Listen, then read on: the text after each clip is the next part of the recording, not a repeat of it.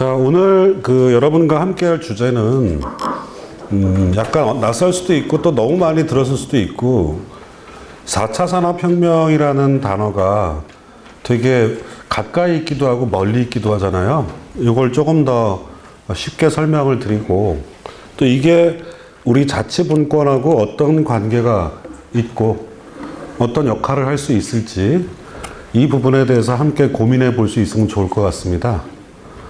뭐 제가 강의를 지식을 전달하거나 뭐 가르친다기보다는 함께 이 주제에 대해서 고민하는 시간이 되었으면 좋겠습니다. 참 시작하겠습니다.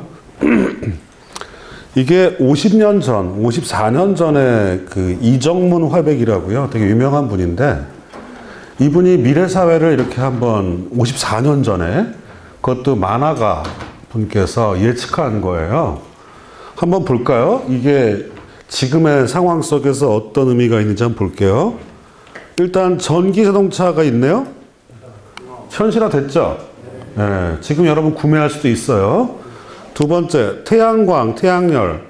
이것도 충분히 현실화 되었고 이제 태양광 발전소까지 얘기합니다. 여기 보니까 소형 손에 들고 있는 전화기가 있네요. 그리고 사람과 화상 대화를 하고 있어요. 귀찮을 정도죠, 이제는. 네, 너무 현실화 되었고요. 자, 보니까 컴퓨터 가지고 공부합니다. 원격 교육을 받고 있어요. 이거 사이버 대학 있고 온라인 교육이 워낙 발달돼 있어요. 현실화 됐어요. 컴퓨터 도움을 받아서 치료와 그리고 메뉴에 대한 정보를 받아요. 이것도 일상사가 되었습니다. 로봇, 이제 청소 로봇뿐만 아니라 고도의 지능을 요하는 그런 분야까지 로봇이 현실화 되었어요. 딱 한 가지, 달나라로 수학여행 가는 거는 조금 뒤로. 기술이 없어서는 아니에요. 갈 수는 있어요. 거기 내리지를 못하고 돈이 많이 들어서 그렇지 이것도 기술적으로는 이미 현실화된 거로 볼 수 있습니다. 이 얘기를 왜 하냐면 미래에 대한 부분이 제일 기대해도 되지만 여러분들이 보기에는 좀 알기 어려운, 예측하기 어려운 불확실성이라고 하는 부분 때문에 또 두려움의 대상이 되기도 하거든요. 그래서 이걸 보면서 여러분께서 현재를 사시면서 미래의 어떤 변화, 특히 우리의 생활을 변화시키는 걸 잘 보니까 이게 뭐예요, 전부? 기술의 혁신을 통해서 바뀌는 생활 풍경들입니다. 우리의 양상이. 그래서 오늘 여러분에게 드릴 중요한 제목은 제4차 산업혁명이라고 하는 아주 큰 기술 혁명이 우리의 사회, 또 나아가 자치분권에 미치는 영향에 대한 파급력이기 때문에 이 부분에 앞서서 한번 여러분에게 리마인드를 시켜드리고요. 두 번째, 우리 이세돌 이 친구. 처음에는 이세돌 말투도 좀 이상하고 약간 우리 현실 세계에 없는 듯한 인물이라고 생각했어요, 저는. 더군다나 바둑을 저는 두지 않기 때문에 더욱더. 자, 그런데 알파고라고 해서 몇 년 전에 우리 인간과 기계의 대결 이렇게 해서 이벤트가 열렸어요. 처음에는 당연히 저는 인간의 영역이 우세할 거라고 봤어요. 왜냐하면 장기는 몰라도 바둑은 무한대의 수를 가지고 있고 고도의 지적 능력을 필요로 하는 분야이기 때문이에요. 그런데 한 판 졌어요, 처음에. 이거 그냥 이벤트용으로 분위기 띄우려나 보다 그랬어요. 근데 이세돌 표정이 조금 무거웠지만 그냥 별 기대는 하지 않았어요. 다만 전승 우승이 아니라 한 번 졌구나. 두 번째 졌어요. 약간 이상해지네요. 그리고 막 TV나 매스미디어에서 드디어 인간의 어떤 고유한 영역에 대한 것들이 기계에 의한 침범 이런 것도 얘기가 슬슬 나오고 또 인공지능이 얼마나 발전됐는지에 대한 찬반 양론들이 막 끌어올리기 시작했습니다. 두 번째 졌습니다. 두 번째도. 그러니까 어떤 생각이 드냐면 드디어 이제 인간과 기계의 어떤 대결 양상을 띄었어요. 저도 이세돌을 응원했습니다, 사실. 근데 한 번 이겼죠. 다행스러웠지만 마음이 쓰라렸습니다. 마지막 판도 졌죠. 강력한 인상을 줬어요, 알파고는. AI, 인공지능이 고유한 인간의 영역, 특히 바둑이라고 하는 부분. 그러니까 숫자가 많은 거를 빨리 계산하는 능력은 인정해요. 그거는 뭐 솔직히 대단한 능력이긴 하지만 창작, 창의력, 다양한 수싸움을 벌이는 영역까지 AI가 파고들었다는 사실이 너무 충격적이었고, 그 이후로 알파고의 행보를 간략히 말씀드리면 중국의 커제라는 구단 최고 수준입니다. 전승으로 이겼습니다. 그리고 드디어 인간과의 싸움이 의미가 없기 때문에 알파고와 알파고끼리 바둑을 두기 시작했어요. 재밌죠? 근데 더 이상 바둑을 두지 않아요. 알파고는 은퇴했어요. 더 이상 이룰 것이 없었기 때문입니다. 인간은 바둑을 배우기 위해서 어린아이부터 유학을 가고 특수교육을 받죠. 정규교육도 거의 하지 않고. 근데 인간과 다르게 AI는 딥러닝이라는 걸 통해서 인간이 수십 년, 수백 년 동안 축적해온 기술을 또는 그 지능을 얼마 되지 않은 하루, 몇 시간 만에 복제해서 자기만의 방식으로 바둑을 두기 시작한 거예요. 그러니까 알파고와 알파고가 붙은 바둑의 기록, 그걸 기보라고 부르는데, 그 기보를 보면 인간들이 보기엔 이해하기 어려운 기보로 프로 기사들이 그걸 막 참고할 정도입니다. 그래서 저는 AI가 어쩌면 인간에게 두려움의 존재일 수도 있고요. 또 하나는 인류를 구원할 수 있는 또 다른 그런 방향성과 희망을 또 품은 이 두 가지의 양날의 검이다라는 말씀을 일단 드립니다. 세 번째는 로봇입니다. 로봇은 단순히 태권브이가 아니에요, 이제. 그리고 산업에서 쓰이는 산업용 로봇은 지능이 없이 그냥 똑같은 일을 반복합니다. 파업도 하지 않고요. 돈도 달라고 하지 않아요. 적당한 규모의 기름칠을 해주고 불필요한 또 낡은 부품을 교체해주면 끝입니다. 자, 그런데 요즘 로봇은 좀 달라져요. 휴머노이드라고 해서 인간과 거의 흡사한 로봇을 만들어서 인간이 하는 다양한 서비스들을 대체하기 시작했어요. 뭐 감정에 대한 서비스도 가능하고 이렇게 물류 이송에 관련된 부분도 할 수 있는 거예요. 이 로봇은 왜 지금 인간을 때리냐면요.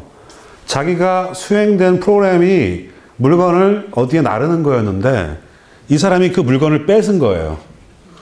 그때 프로그래밍이 돼 있는 거예요. 이 로봇은 그걸 가져간 사람으로부터 너가 가져가야 할 물건을 되찾아서 가야 한다는 프로그램을 해놨더니 인간을 공격하고 저것을 뺏으려는 동작을 보여주고 있어요. 이로울 수도 있죠. 이게 좋을 수도 있어요. 특히 나이가 드신 분들의 근력이 떨어졌을 때 부분적으로 사용하는 로봇은 여러분이 들기 어려운 무거운 들 수 있게 하고요.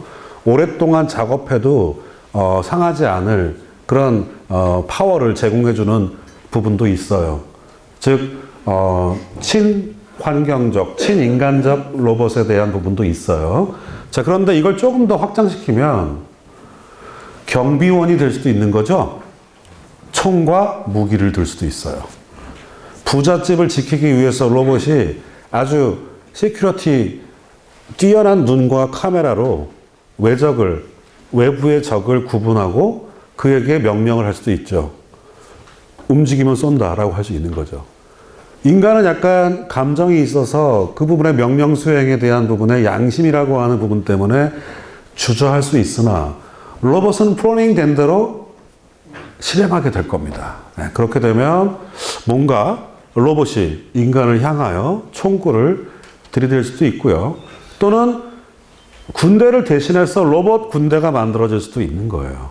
그래서 이 부분은 윤리적 측면에 대한 대비도 필요하고 또 로봇이 기능적으로 뛰어나나 인간 사회에 들어오기 위한 다양한 규칙과 토론과 논의가 필요하다는 것을 보여주고 있습니다. 자, 오늘 패러다임과 트렌드를 한번 여러분에게 설명하려고 하는데요. 왜냐하면 세상을 움직이는 바퀴가, 큰 바퀴가 있고요. 중간에 바퀴가 있고요. 그리고 작은 바퀴들이 있습니다. 이게 뭐냐면 이게 세상을 움직이는 커다란 바퀴예요. 이걸 보통 뭐라고 하냐면 이즘이라고 불러요. 이즘. 무슨 시대. 무슨 시대의 종식 이렇게 얘기합니다. 중간에 있는 거를 어떻게 보냐면 약간 패러다임과 트렌드라고 볼 수 있어. 트렌드. 그리고 이 작은 것들이 오늘날의 지금 여러분이 살고 있는 지금 이 하루하루를 의미할 수 있습니다. 이게 왜 중요하냐면요. CEO 레벨에 있는 분들은 패러다임과 트렌드 변화에 굉장히 민감합니다. 시대가 어디로 가는지에 대해서 모른다면 대처하기가 어려워요. 트렌드는 뭐냐면 중간 관리자 되는 분들이 꼭 알아야 돼요. 내가 세계적인 큰 흐름을 잘 모른다 하더라도 지금 우리나라에서 필요로 하는 상황이 무언지를 체감하지 못한다면 시대에 뒤떨어진 대응을 할 수가 있거든요. 근데 보통 우리 같은 일반 사람들은 하루하루가 굉장히 바빠요. 그러니까 이 하루하루 바쁜 걸 핑계로 우리를 둘러싸고 있는 트렌드를 모르거나 아니면 세상을 움직이는 큰 톱니바퀴의 방향을 모른다면 여러분들은 그저 하루하루를 그냥 살아가는 일반인에 불과할 수 있습니다. 여러분 학생증 받으셨죠? 학생증을 받았다는 얘기는 여러분은 이제 공부를 해야 하는 입장이 되신 거예요. 축하드리고요. 그래서 저는 여러분께서 하루를 중심으로 해서 트렌드와 패러다임을 이해할 필요가 있는데, 자, 톱니바퀴 한번 볼까요? 크죠? 얘가 반 바퀴만 돌아간다고 생각해 보세요. 반 바퀴. 요만큼만 돌아가면 톱니바퀴는 한 바퀴 돈 건 아니죠. 큰 거는. 자, 그런데 중간 톱니바퀴는 몇 바퀴 돌아갈 것 같아요? 이게 반만 돌아도 얘는 한 4바퀴, 5바퀴 돌아갈 겁니다. 예? 그 얘기는 또 다른 거 한번 볼까요? 그러면 톱니바퀴가 반 바퀴 돌아가면 얘는 한 4바퀴. 그럼 옆에 있는 요 작은 톱니바퀴는 몇 바퀴 돌아갈까요? 예, 10바퀴, 20바퀴 돌아갑니다. 그 얘기는 커다란 패러다임을 지각하지 못한다면 시대의 흐름에 대한 것들을 파악할 수 없는 부분이 될 수 있고, 그리고 패러다임을 만약에 잘 지각하신다면 우리의 현실이 얼마나 빠르게 변하는지에 대한 방향을 예측할 수 있는 지혜가 생길 수 있다는 겁니다. 그래서 모더니즘이라고 이렇게 나온 건 이 큰 톱니바퀴를 말하는 거예요. 포스트 모더니즘은 이 모더니즘이 한 바퀴 끝나고 새로운 톱니바퀴가 도래했다는 것을 의미해요. 그래서 나중에 얘기하겠지만 대량 생산, 대량 소비라고 하는 것은 사람들의 취향이나 다양성을 무시하고 그냥 공장에서 찍어낸 것을 소비하던 시대를 의미해요. 자, 옛날에 우리 비누하면 어떤 비누 썼어요? 옛날 과거에. 예? 브랜드 한번 말해보세요. 비누하면 다이알 비누 다 썼어요. 이 집 저 집. 치약하면 무슨 치약? 지금 여러분 똑같은 거 쓰고 계시나요? 아니에요. 지금은 미백을 위해서 미백 치약, 향기를 위한 거, 또는 잇몸의 치료를 위한 칫솔, 치약, 또는 어린아이를 위한 치약, 다 다양하게 분화되어 있죠. 그게 바로 무슨 의미냐? 이제 사람들의 욕구와 욕망, 그리고 라이프 스타일에 따라서 다양한 제품을 소비하는 시대가 되었다라는 얘기를 말할 수 있어요. 그러니까 여기는 사람들의 생각을 다양하다고 인정하지 않고 그냥 동일한 제품을 쓰게 만드는, 그래서 숫자만이 있어요. 여기에는 어디 시에는 사람이 몇 명. 근데 이 포스트 모더니즘에 해당하는 지금의 시대에는 사람들마다의 가치관과 추구하는 방향들에 대한 다양성을 인정할 수밖에 없는, 즉 개별적 자의식을 기반으로 한 거로 가고 있기 때문에 어떻게 보면 이거는 탑다운 방식의 권력의 어떤 집중이라면 이거는 사람들의 의견과 정치 욕구를 반영하는 다양성을 포괄한 거라고 볼 수 있어요. 그러니까 이런 시대적 사조 또한 정치적 경향과도 사실 연맥되는 부분이 있고 경제적인 부분하고도 연맥되는 아주 복합적 양상을 보이고 있습니다. 그러니까 여러분께서 패러다임과 트렌드를 구분할 줄 안다면 박사과정급 되는 거예요. 자, 한번 제가 예를 들어 볼게요. 옛날에 TV 프로그램 중에 웃으면 복이 와요가 있었죠. 대부분 다 넘어지면서 웃겼죠. 그 슬랩스틱 코미디라고 불러요. 지금의 어떤 개그맨들 하는 거, 코미디언 단어 사라지고 개그맨 됐고, 개그 콘서트 보면 어때요? 되게 다채롭지 않아요? 드라마 형식을 띈 것도 있고, 연극적 요소 있고, 음악적 요소 있고, 그죠? 이거는 약간 좀 과장하면 코미디의 패러다임이 변했다. 이렇게 말할 수 있는 거예요. 트렌드는 뭐냐면 가까이에 있는 거예요. 가까이에 있는 거. 유행 같은 것들이죠. 그래서 여러분께서 패러다임이라는 거는 큰 사회적 흐름을 의미하는 거고, 트렌드는 그 중에 중간적인 다리예요. 큰 흐름과 현실을 연결하는 교량, 다리 같은 것들이에요. 걔들을 잘 이해할 필요가 있습니다. 다음으로 넘어갈게요. 욕구 5단계가 나오네요. 이게 왜 자치분권과 연결되냐면요. 우리는 생리적인 부분에서 안전, 불안에 대한 것들, 이것들이 만약에 충족되지 않는다면 소속감과 자의식, 그리고 신미성과 자기실현이라는 단계로 이동하지를 못해요. 아마 여러분들께서 자치분권대학 오셨다는 얘기는 맨 위에 있는 self-actualization, 즉 자아실현에 대한 부분의 욕구가 여러분의 마음을 움직였고 이곳까지 이동시킨 거예요. 그러니까 지금의 사회 수준은 상당히 높은 수준에 깔려 있는 거예요. 그 세상은 이렇게 단계별로 진행한다라는 부분이 되겠고요.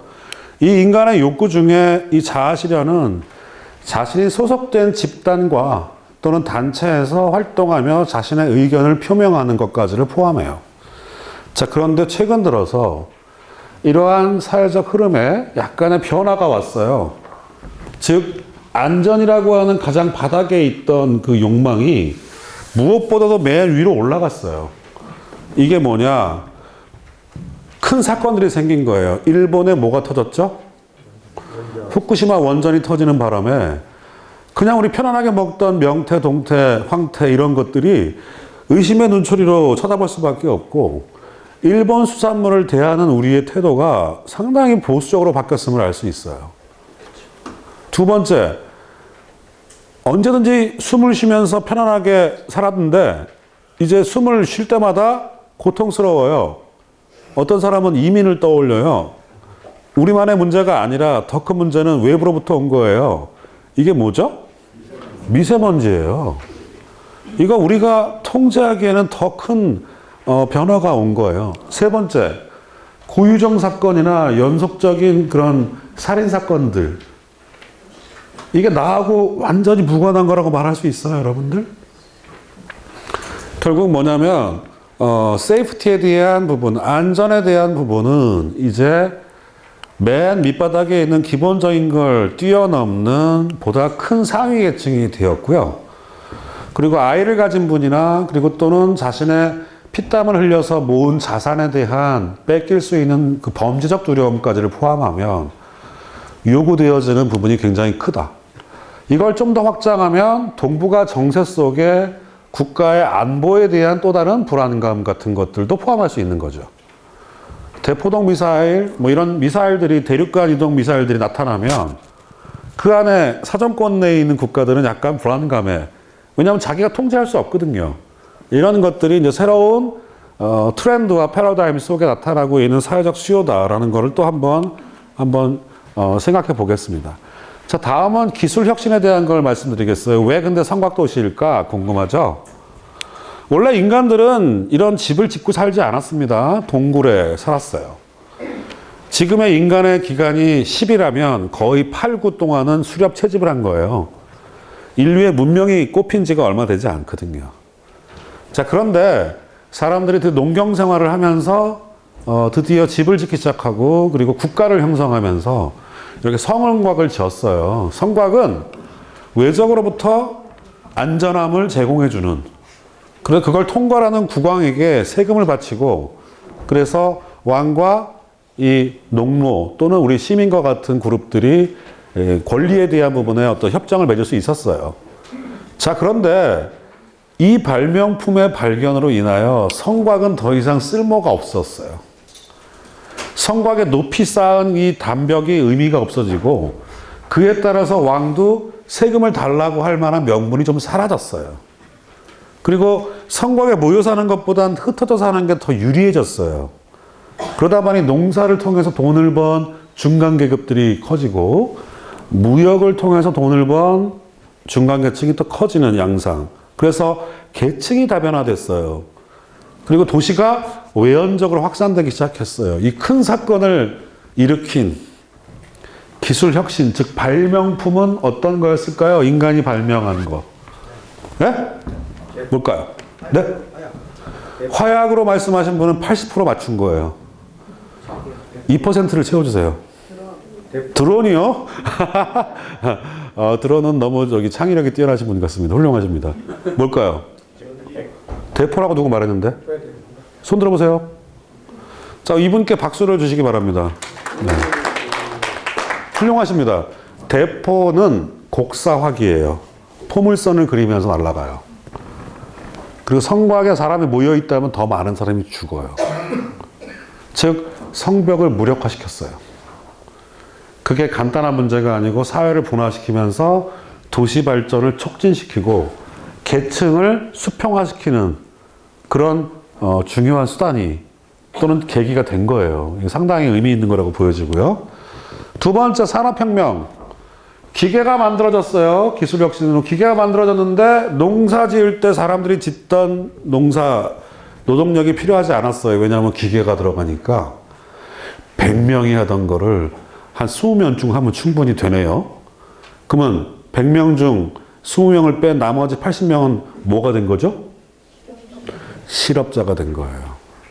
이걸 유식한 말로 잉여 노동력이 된 거예요. 즉 할 일이 없어진 거예요. 근데 농촌과 달리 도시는 어때요? 기계가 만들어지면서 뭐가 만들어진 거죠? 공장이 만들어진 거예요. 공장이. 예? 공장에서 기계가 인간보다 훨씬 더 힘을 많이 발휘하니까 드디어 사장님도 생기고 노동자가 필요하네요. 그러면 지방이나 농촌에 있던 분들이 도시로 올까요? 안 올까요? 엄청나게 몰려옵니다. 영국의 리버풀이나 이런 공업도시는 농촌의 잉여능력을 빨아들이는 아주 강력한 힘을 발휘했어요. 우리나라도 서울역에 과거 생각해보세요. 무작정 상경이라는 단어가 있었잖아요. 그죠? 구로공단, 취업에 일자리를 찾아서 온 분들이 엄청나게 넘치는 그런 상황이 있었어요. 자, 그런데 많은 사람들이 왔는데 살 곳이 없어. 우리나라도 마찬가지였어요. 많은 사람들이 왔지만 살 곳이 어떻게 해요? 그래서 불량촌이 생겼죠? 그죠? 주택을 토막촌처럼 만들어서 살았단 말이에요.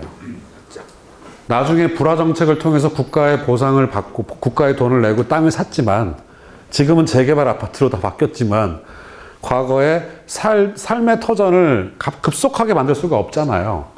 마찬가지 영국도 마찬가지였어요. 사람들이 많이 왔는데 공급할 집이 부족해서 그 당시에도 불량 부동산 개발업자가 있었어요. 싸게 막 공급하는 제리빌더라는 부동산 개발업자가 주택을 공급한 거예요. 질문 들어갑니다. 자, 그 주택에 창문은 있었을까요? 보니까 창문은 존재하네요. 네. 화덕이 있었을까요? 당연히 있네요. 여기 보니까 굴뚝이 있어요. 자, 질문. 화장실이 있었을까요? 없었어요. 그러면 그 화장실에서 그 결과물들을 어떻게 처리했을까요? 네? 하천으로 버려요? 하천까지 들고 갈 수 있어요, 여기서? 네? 물론 하천에 버리는 사람도 있었을 거예요. 성곽에 있는 그 왕은,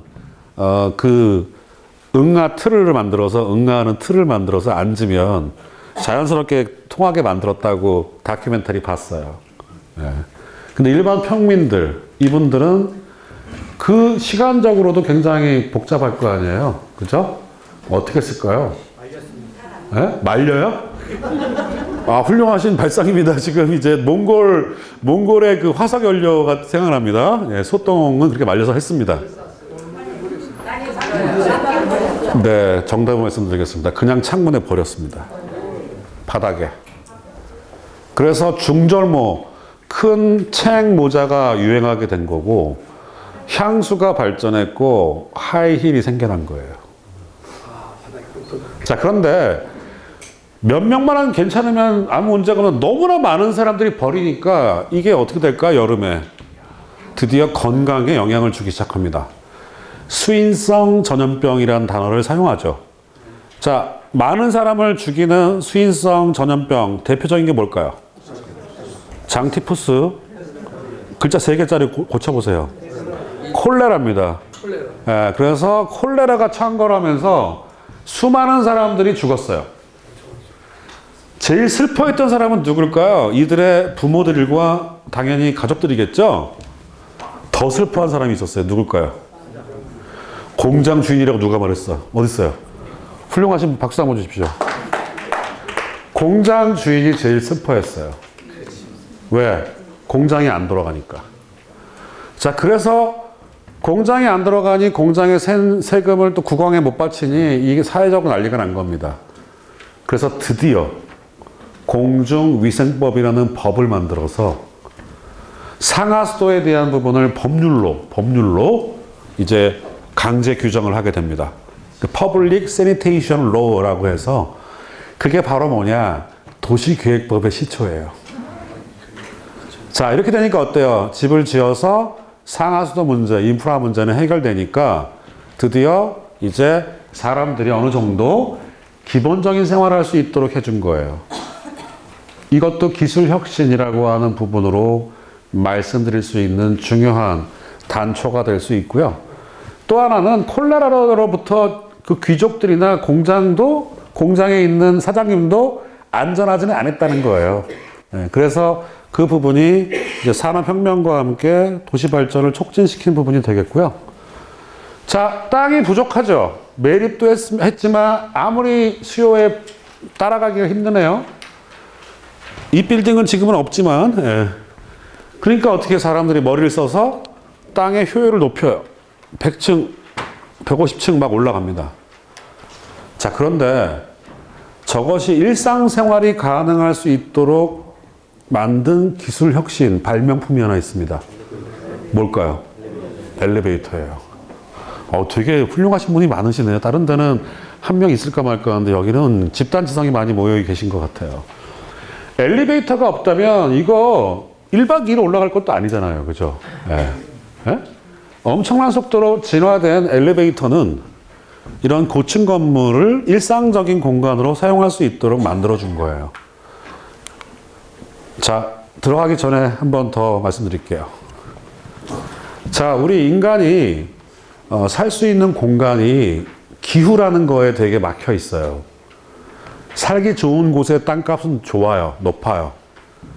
자, 그런데 인간이 통제하기 어려움 중에 추위와 더위가 있다면 어느 게 더 강력한 줄 아세요? 건강이나 여러 가지로? 더위가 여러 가지 병균과 그리고 벌레 이런 걸 통해 풍토병이 워낙 강합니다. 자, 그런데 땅은 좀 많아요. 그래서 이것에 대한 고민을 하는 그 와중에 이 발명품이 만들어지면서 드디어 기후를 통제하기 시작해요. 기후를 인간이 통제하기 시작하는 거예요. 그러다 보니 건물이 올라가기 시작하고 도시가 만들어지면서 사람이 살게 되었어요. 이 발명품은 무엇일까요? 에어컨입니다. 더군다나 최근 몇 년 동안 에어컨이 없다면 극빈자 아닙니까, 요즘에? 복지 관점에서 군인들까지 이제 해야 하는 상황이 왔고, 경비실에 계신 분도 에어컨에 대한 권리를 갖게 되었어요. 자, 그런데 상식입니다. 에어컨을 만든 박사님이 계세요. 그분의 이름을 여러분에게 알려드리고 싶어요. 누구예요? 캐리어 말씀하신 분. 훌륭하십니다. 캐리어 박사님이에요. 그래서 저는 노벨상을 탈 만한 분이다. 저는 그렇게 개인적으로 생각하고 있고요. 싱가포르 같은 나라 만약에 에어컨 없었으면 만들어지지 않았을 겁니다. 싱가포르는 도시국가인데요. 엄청나게 지금 섹시한 나라잖아요. 많은 사람들을 끌어모으고 에어컨 없었으면 안 돼요. 네. 그래서 저는 쭉 여러분에게 이유를 댄 이유는 기술 혁신이 우리의 삶을 계속 변화시켜 왔다라는 부분을 각인시키기 위해서 앞에 것을 제가 끌어온 겁니다. 자, 지금부터는 4차 산업혁명으로 들어가겠습니다. 자, 4로 들어가기 위해서 시작은 1로 시작합니다. 1, 2, 3, 4로.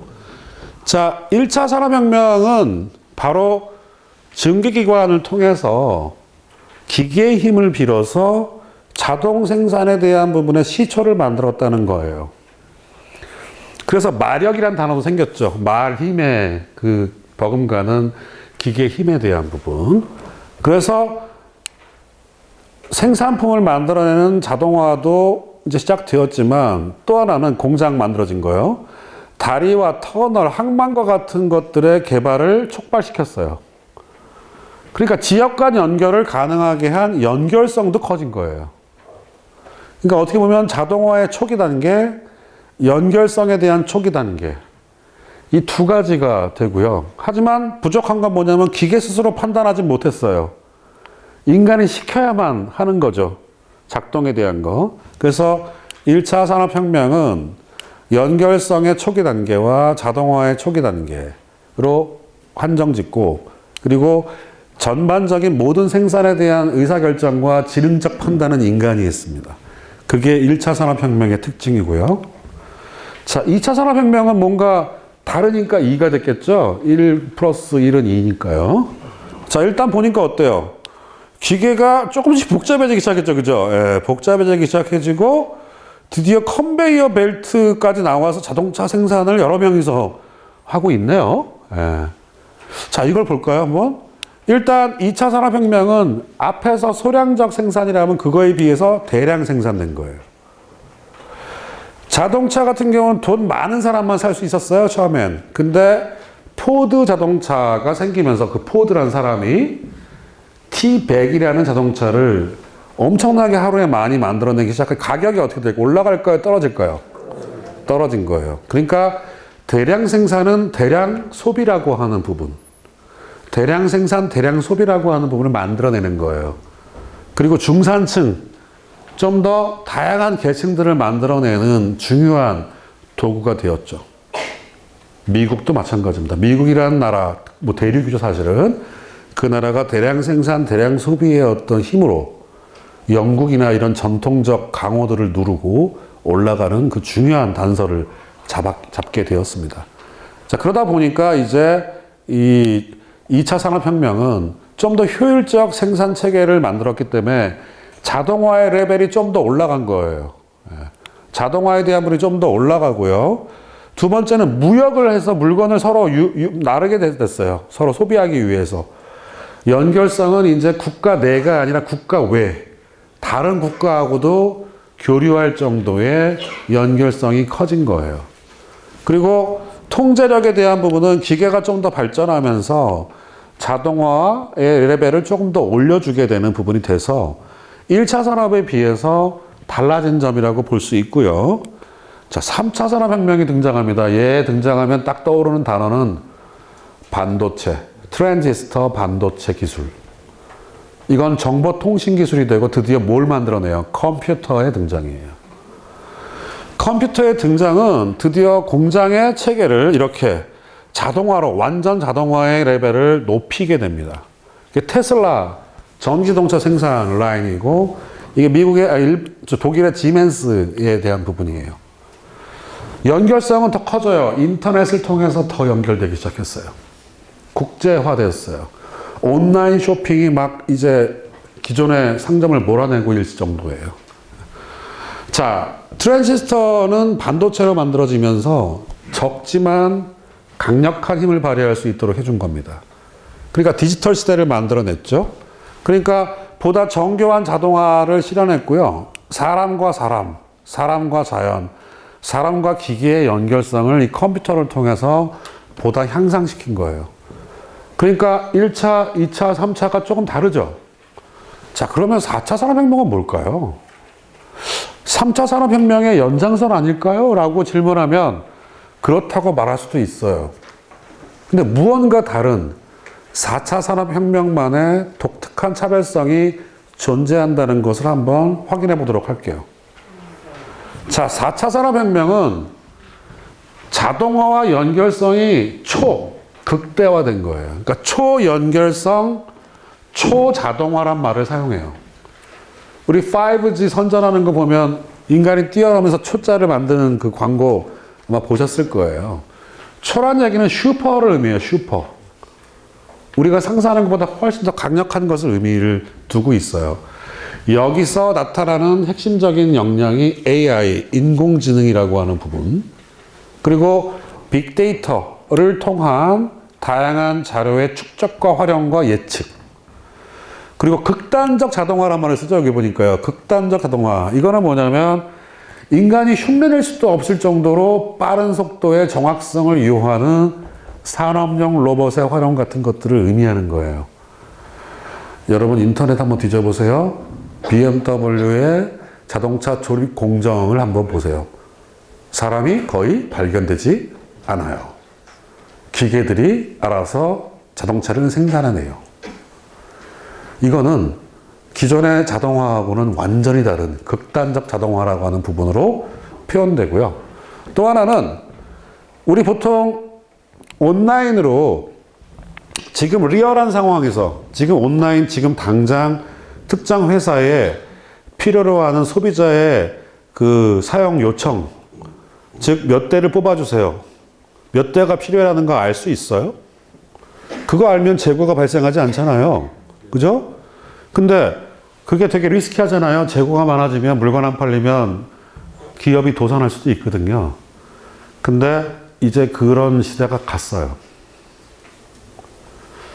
BMW에 각각 갖고 있는 플랫폼은 울산에 또는 서울에 특정 아무개가 센터를 통해서 필요한 그것도 부품 사양까지 다 독특하게 해서 낸 것을 입력하면 본사로 0.1초도 안 걸린 상태로 전송이 돼요.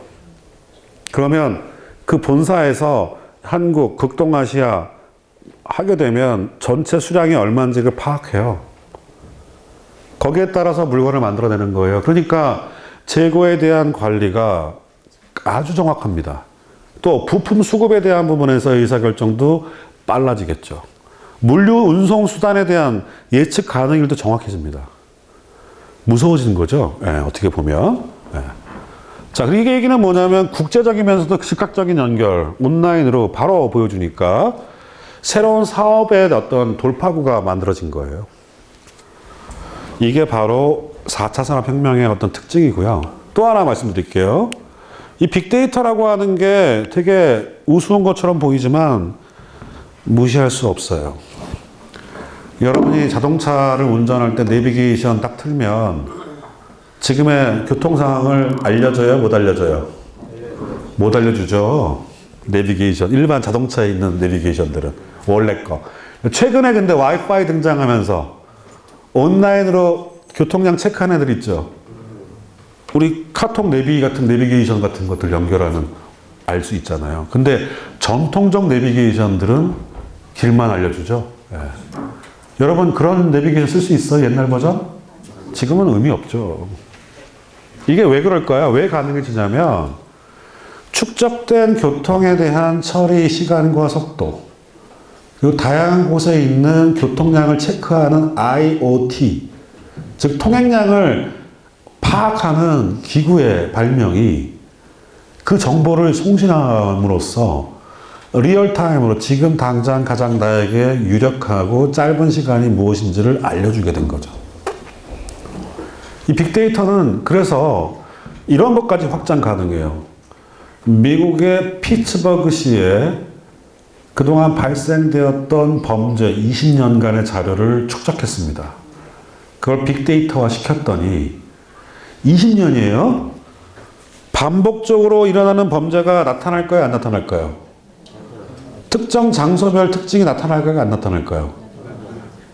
장소뿐만 아니라 시간과 그리고 거기에 변수, 비가 오냐 오지 않냐, 온도가 높냐 낮냐에 따른 범죄 발생 빈도를 알 수 있게 돼요.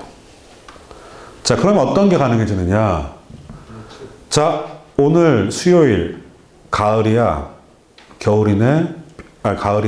비도 온다. 자, 그러면 경계 활동을 강화해야 될 지역을 판단할 수 있어 없어요? 네, 그렇게 되는 거예요. 근데 이 누적 자료가 20년이 아니라 30년, 40년, 50년, 60년 더 모아진다면 어떻게 될까요? 공상과학 영화에 나왔던 거 있죠. 그때 범죄 예방 직전에 딱 하는 그 영화도 있었어요. 그죠? 기억나시죠? 마이너리티 리포트. 거의 거기에 흡사해질 가능성이 높습니다. 자, 그 다음 커피 전문점 스타벅스 한번 예를 들어볼까요? 스타벅스는 다양한 종류의 커피를 팔죠. 음료를 팔아요. 베버리지. 기후의 영향을 받아요? 안 받아요? 받죠? 유일의 특성 반영돼요. 자, 판매되는 거를 다 데이터 처리하면 어떤 현상이 일어날까요? 자, 오늘은 여름, 5월달, 온도는 얼마고 무슨 요일이야. 그럼 오늘 팔릴 거 예측돼야 안 돼요. 자, 그러면 거기에 맞춰서 물량들을 최적화 배분할 수 있다라는 거죠. 그러니까 빅데이터는 아마 여러분들의 그 결혼 파트너래. 여러분의 그 부부 관계에서도 딱 보면 알잖아요. 저분이 이런 때는 이렇게 될 거다. 이거 아시잖아요. 대처할 수 있잖아요. 이게 더 정교해진 거예요. 엄청나게. 예. 그래서 빅데이터는 우리의 미래를 알아요. 그래서 구글을 뭐라고 불러요? 구글 신이라고 불러요. 구글 신. 구글은 검색을 하잖아요. 수억 명이. 트럼프의 예측을 보다 먼저 이미 예측했고 어떤 사건에 대한 전조를 다 파악하게 되죠. 그래서 네이버도 강력한 그런 부분 때문에 정치가들이 되게 민감해야 하는 부분이 네이버의 이런 부분하고 연결되어 있습니다. 그러니까 사회를 움직여가는 거죠. 그래서 빅데이터는 이런 그런 특징들이 교통, 물류, 범죄, 그리고 도시를 만드는 것까지도 영향을 줄 수 있는 거죠. 빅데이터는. 그리고 선거 결과의 예측, 진보와 보수와 그리고 중도에 대한 투표 경향을 입력하게 되면 사회적 변화에 따른 여러 가지 특징들을 도출할 수도 있는 거죠. 이게 그러니까 빅데이터는 그러니까 산업에 대한 부분의 트렌드를 바꿨기 때문에 4차 산업혁명이라고 하는 부분이 3차 산업혁명과 구별되어지는 그러니까 알파고가 인간을 상대로 수를 주고 이기는 거 아니겠습니까? 그래서 3차 산업혁명과 구별되어지는 것은 이 인공지능이라고 하는 지능화가 고도화되면서 나타나는 현상이에요. 그래서 4차 산업혁명을 한마디로 정의 내리기가 어려운데 한마디로 정의 한번 내려볼게요. 요거 하고 잠시 쉬겠습니다. 4차 산업혁명이 뭐라고 묻냐고 물으면 여러분 이렇게 대답하세요. 4차 산업혁명은 초연결성, 연결성과 초지능화, 지능화와 자동화의 결합이다. 이렇게 말하면 돼요. 첫 번째 뭐라고요? 키워드 연결성. 두 번째 지능화. 세 번째 뭐라고요? 자동화. 이 세 개가 결합하면 4차 산업혁명을 설명할 수가 있어요. 이게 항공모함이에요. 4차 산업이라는 항공모함이고 그 뒤에 따르는 구축함 볼까요? 구축함. 얘들에게 그러한 걸 가능하게 해주는 구축함. IoT, 사물인터넷. 그 다음에 빅데이터, 인공지능, AR, VR 같은 애들이 그 항공모함의 힘을 강력하게 실현해주는 구축함이 되는 거예요. 쉽죠? 그러니까 4차 산업혁명이 뭐라고 물으면 1차, 2차, 3차보다 고도로 진화된 산업혁명이고 특히 그 특징 중에는 연결성에 대한 부분이 초연결성이 되었고 지능화에 대한 부분이 초지능화가 되었고 초자동화 이 세 개가 만들어내는 것이다. 이렇게 말씀하시면 100점짜리입니다. 간단합니다. 그리고 그것을 뒷받침해주는 구축함은 IoT, 사물인터넷, 빅데이터, VR, AR. 좀 더 난이도 높이면 가상물리 시스템. 이거는 우리 마이너리티 리포트 보면은 기계가 없는데도 막 두드리기잖아요. 예, 그죠? 즉, 기계라는 물리적인 게 없어도 소통할 수 있도록 해주는 시스템을 말해요. 그리고 3D 프린팅. 내가 원하는 것 만들 수 있도록 도와줘요. 공장에 생산되는 것 말고도 독특한 것을 만들어낼 수 있는 거예요. 그 다음에 나노와 생명공학은 인간의 신의 영역에 도전하면서 유전자에 대한 부분을 가지고 새로운 가능성과 치료를 할 수 있게 해주고 나노는 아주 작은 단위의 미세함으로 그동안 경험하지 못한 새로운 신물질의 제조 이런 것들을 가능하게 해줌으로써 전반적인 우리 기술의 혁신을 이루는 도구가 되는 것입니다. 다시 한번 말씀드리면 4차 산업혁명의 키워드는 첫 번째 뭐라고요? 연결성, 두 번째, 진화, 세 번째, 예, 이 세 개의 결합이다. 이렇게 이해하시면 4차 산업혁명에 대한 부분을 이해할 수 있고요. 여기에 여러분이 자치분권이라고 하는 거를 키워드를 밑에 깔아놓으면 바로 연결되는 새로운 플랫폼에 대한 구상을 할 수 있게 돼요. 자치분권을 실현할 수 있는 수평적 네트워크의 자동화, 그리고 지능화, 이런 것들은 여러분이 공간으로 떨어져 있다 하더라도 행정의 주체와 바로 연결되고 중요한 의사결정을 참여할 수 있으며 일부는 모니터링을 하고 일부는 직접 참여도 가능하고 전체 의견을 알 수도 있는 그런 진보된 행정 플랫폼과 쌍방향 소통 시스템과 자치분권을 실현할 수 있는 도구들을 여러분이 가질 수도 있게 됩니다. 그렇게 되면 정보의 독점이라고 하는 부분을 우려하는 4차 산업혁명의 우려로부터 오히려 분산되고 수평화되어질 수 있는 4차 산업의 긍정적 부분들을 여러분들이 체감할 수 있게 되고요. 그 중에 하나가 바로 이 핸드폰. 이 핸드폰이 그 여러분의 참여에 중요한 수단이 될 것입니다. 그래서 4차 산업혁명에 대한 부분은 오늘 지금 요거 정도 1차 강의를 끝내고 5분 쉬나요? 네, 5분 쉬었다가 다시 2라운드를 진행하도록 하겠습니다. 자, 우리 앞서 강의에서 이제 미래의 어떤 변화에 대한 예측, 또 기술 혁신이 우리를 어떻게 변화시키고 있는가에 대해 살펴봤고요. 특히 4차 산업혁명으로 넘어가는 1차와 2차, 3차 그 차이, 특징 이런 것들을 살펴봤습니다. 결국 4차 산업혁명은 1차 산업이 진화하면서 계속적으로 새로운 양상으로 바뀌어가고 있다라는 거고 기술 혁신의 어떤 함축도 그리고 고도성이 높아졌다라고 볼 수 있을 것 같습니다. 자, 그러면 이 4차 산업혁명이 우리 자치분권에 대한 어떤 함의가 분명히 있어요. 그걸 좀 보는 걸 한번 생각해 보겠습니다. 일단 1차 산업하고 2차 산업, 3차 산업에 대한 어떤 분화 과정 속에 논의될 만한 것 중에 하나는 생산성에 대한 향상이 일어났지만 부의 어떤 불평등에 대한 부분이 좀 심화됐다라는 그 현상을 좀 얘기하지 않을 수 없습니다. 그리고 4차 산업혁명이 되면 생산성 형성이 더 커지거든요. 그럴 때 어떤 그 부의 재분배에 대한 논의도 이제 약간이 필요하고요. 특히 우리 철학적 관점으로 봤을 때 과거의 1, 2차 산업에 대한 과거 산업들은 통제 위주였어요. 모든 정보가 중앙으로 집중되는 거였거든요.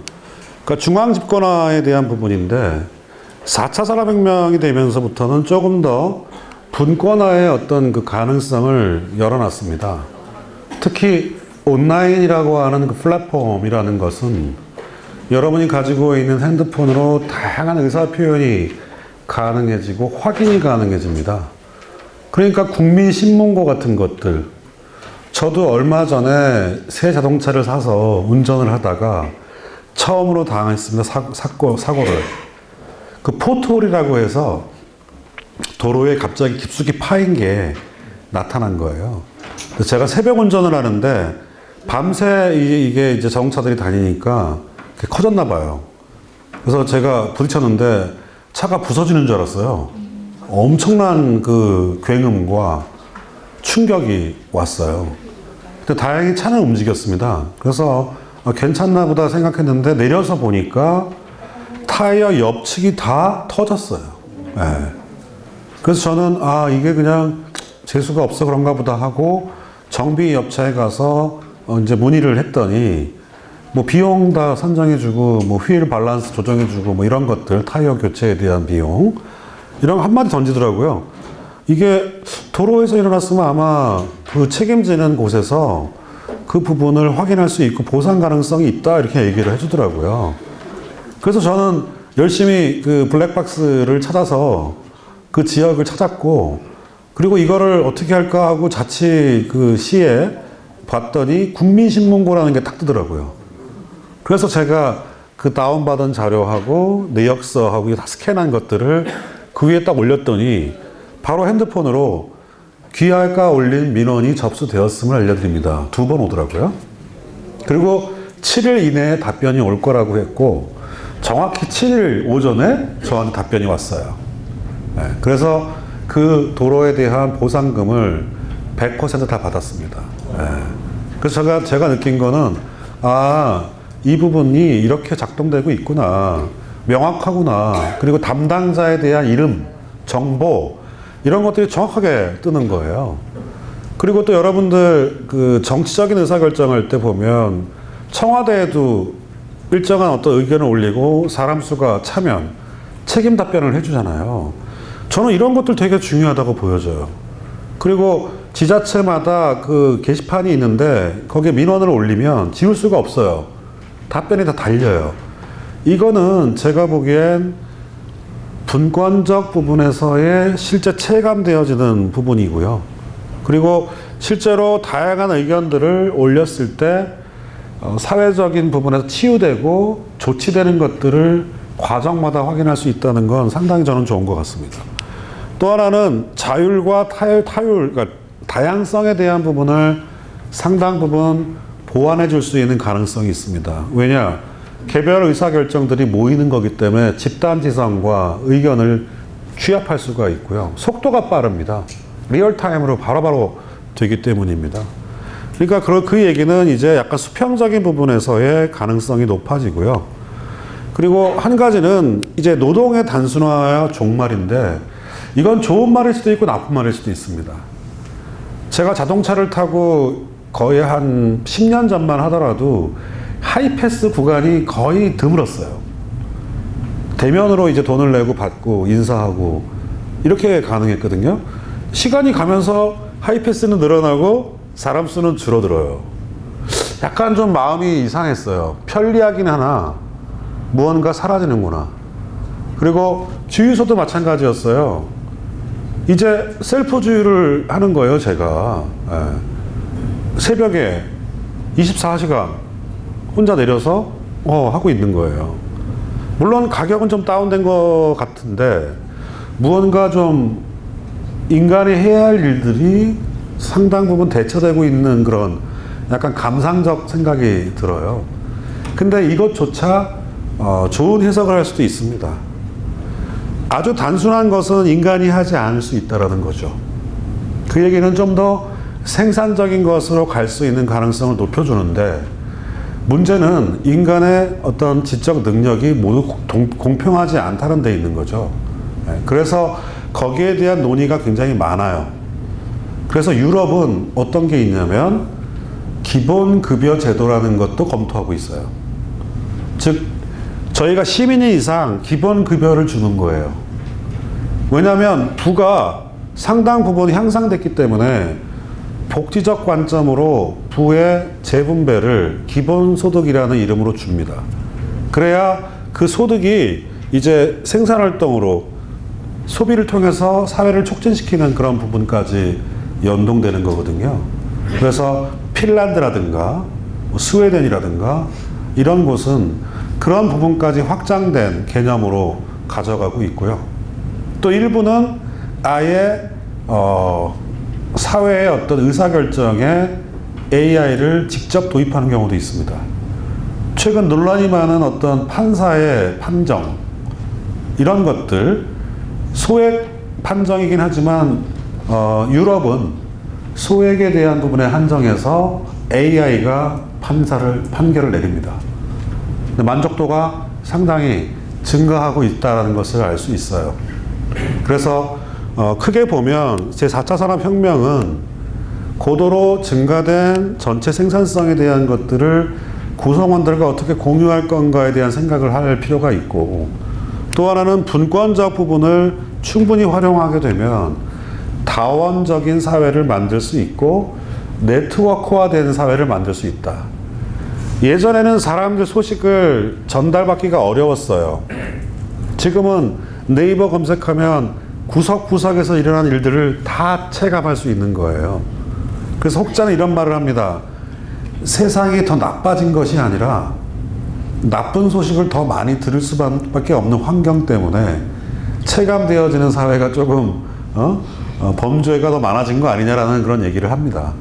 하지만 더 정확한 표현은 그런 소식들이 리얼타임으로 모두 우리 사회에 공유되고 있다는 사실 또한 간과할 수 없는 부분이라고 저는 생각하고 있고요. 자, 그 다음에 인문사회적인 의미도 한번 볼게요. 자, 1차 산업혁명은 개인의 노동이 한계가 있잖아요. 근력에. 근데 그걸 기계가 대신해 줌으로써 얻는 편익이 분명히 있었어요. 그래서 물의 힘을 이용해서 방아도 찍고요. 그리고 물건을 생산해내는 큰 기계를 돌릴 수 있었어요.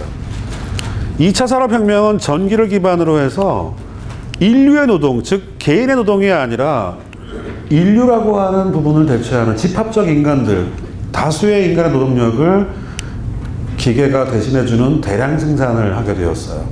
그래서 좀 저희의 생활이 풍요로워진 부분도 있어요.